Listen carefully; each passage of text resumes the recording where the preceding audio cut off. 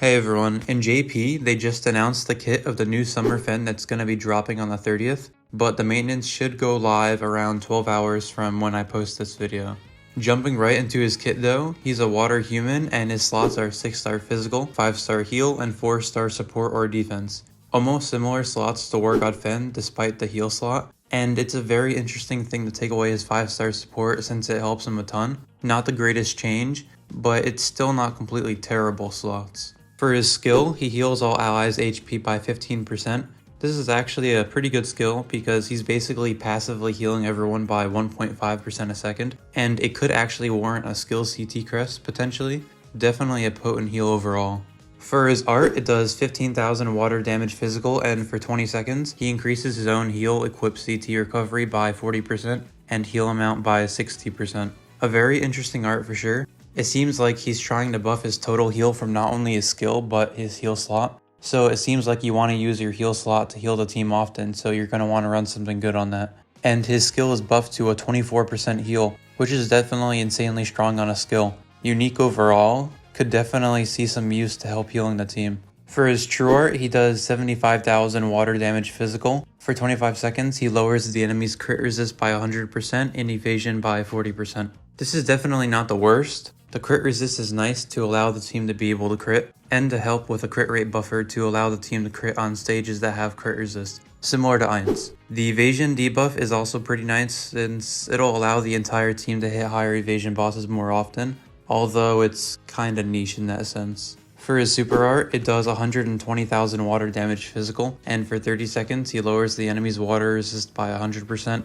And for 60 seconds, he increases his arts by 8 a second. Not too much going on here. It's basically long super art with arts gen and a 5-second longer duration, which is definitely nice for himself and other water units. And the arts gauge is really nice to allow him to really move fast through his arts gen. It seems to be type EX1 arts gen, so that's fairly nice as well, so he doesn't have to worry about not stacking with other arts geners. It makes his arts gen go really fast, and he's going to be able to cycle through his art, true art, and super art fairly consistently when he's with other arts geners. It's not the craziest super art though. For his passives, he gets 100 arts at the start of the quest, and gets 1 arts for every time he's hit. He increases his burn resist by 100% and crit damage by 150%. The 100 arts is nice to get him started, and the 1 arts every hit is pretty nice if you're trying to make him get arts as fast as possible. The burn resist is whatever, however that 150% crit damage is pretty solid. It'll allow him to definitely do some damage, especially with his crit resist down on true art. Pretty solid passives though.